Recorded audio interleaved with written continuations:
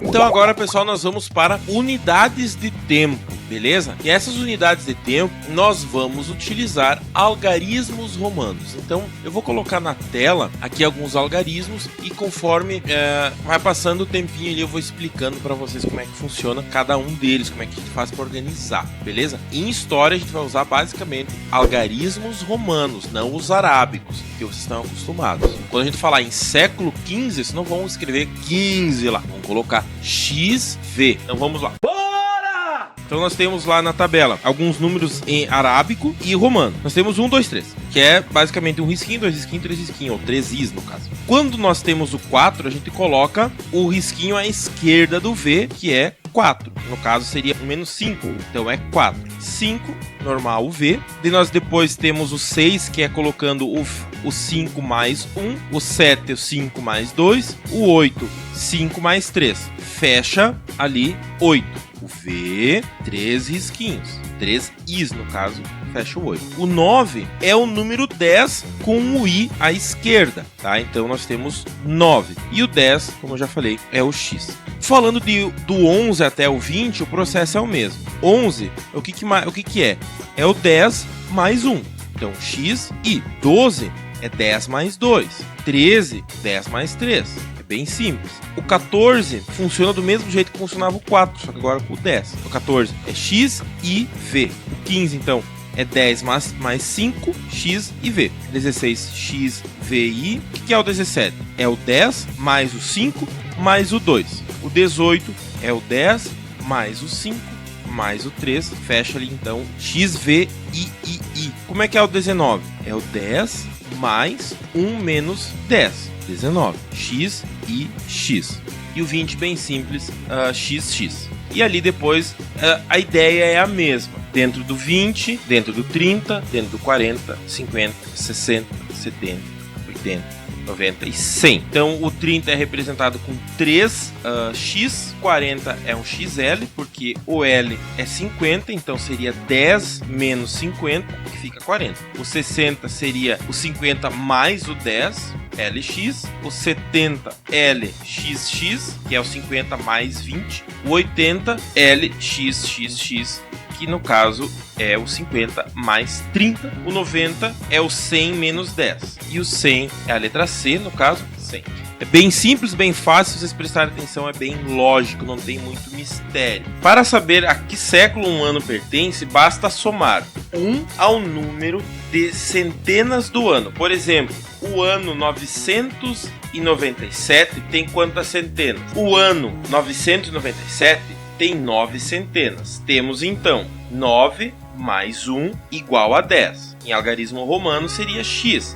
Então sabemos que o ano de 997 pertence ao século X. O cálculo semelhante pode ser feito, por exemplo, com o ano de 1822. Então nós temos ali a centena 18 mais 1 igual a 19. Em algarismos romanos é x e x. Já no exemplo a seguir não há centenas. Por exemplo, 56 é 0 mais 1, ou seja, o ano 56 pertence ao século I, o século I. Quando, porém, um ano termina em 00, temos uma exceção à regra que vimos anteriormente. Nesse caso, o número de centenas já indica o século e não precisa somar a 1. Por exemplo, o ano 2000, no caso 20.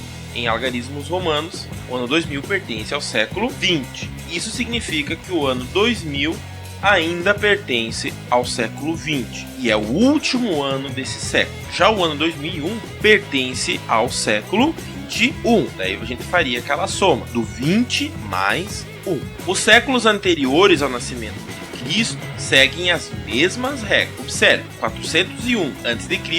é 4 mais 1 igual a 5. Assim sendo, 401 pertence ao século 5 a.C. Observe que este é o último ano desse século, pois a contagem nesse caso é regressiva. Agora veja mais um exemplo com o ano terminando em 00. 400 a.C., 4. Então, 400 a.C. é o primeiro ano do século 4 a.C. É o contrário do que a gente viu antes. Parece difícil, mas não é.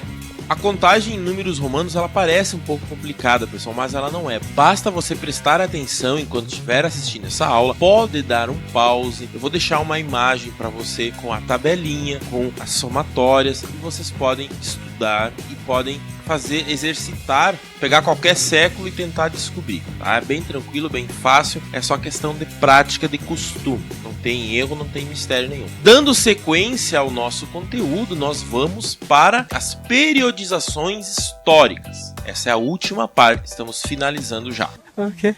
Existem várias formas de periodização, mas aquela que vamos utilizar nessa aula é a tradicional eurocêntrica, ou seja, uma visão voltada para os povos da Europa. Sabia não? Mas, no passado, os historiadores, quando criaram a questão da pré-história, que é antes da história, eles achavam que só ia existir história de verdade com escrito. Hoje em dia, a gente sabe que isso não existe, mas optou-se em preservar a palavra pré-história, mesmo sabendo que já existia história antes da escrita. Então, o período da pré-história vai desde o surgimento do homem, há mais ou menos 4 milhões de anos atrás, até o surgimento da escrita, há mais ou menos 4 mil anos antes de Cristo. Pré-história até 4 mil anos antes de Cristo, tem o desenvolvimento da história. A partir daí a gente tem a Idade Antiga ou Antiguidade, que vai desde o surgimento da escrita até a queda do Império Romano no Ocidente, no ano de 476.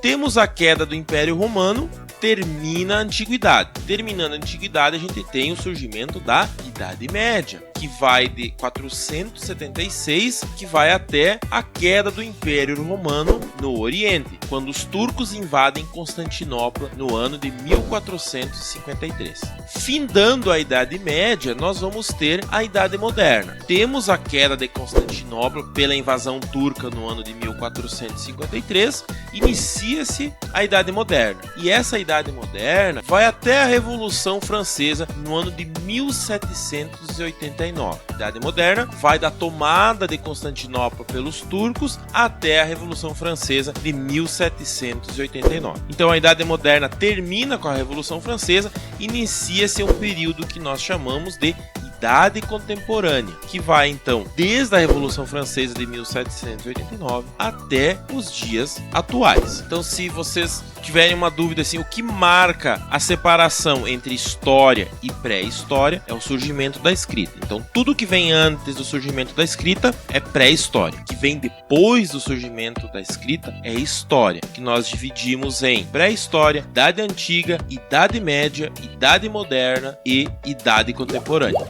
Espero que vocês tenham gostado dessa aula. Foi ótimo.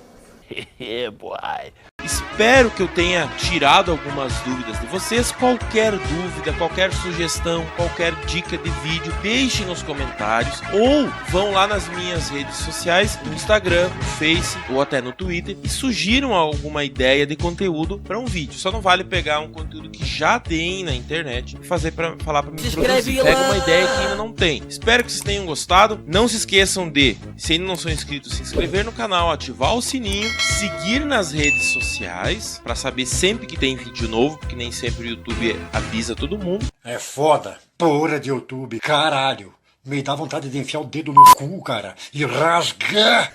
Ficar atento até o surgimento do próximo vídeo, que será em breve. Valeu, falou, aquele abraço e tchau! Bora comer o quê? Bolacha! História com bolacha, valeu, falou! Aquele abração, pessoal! Tchau!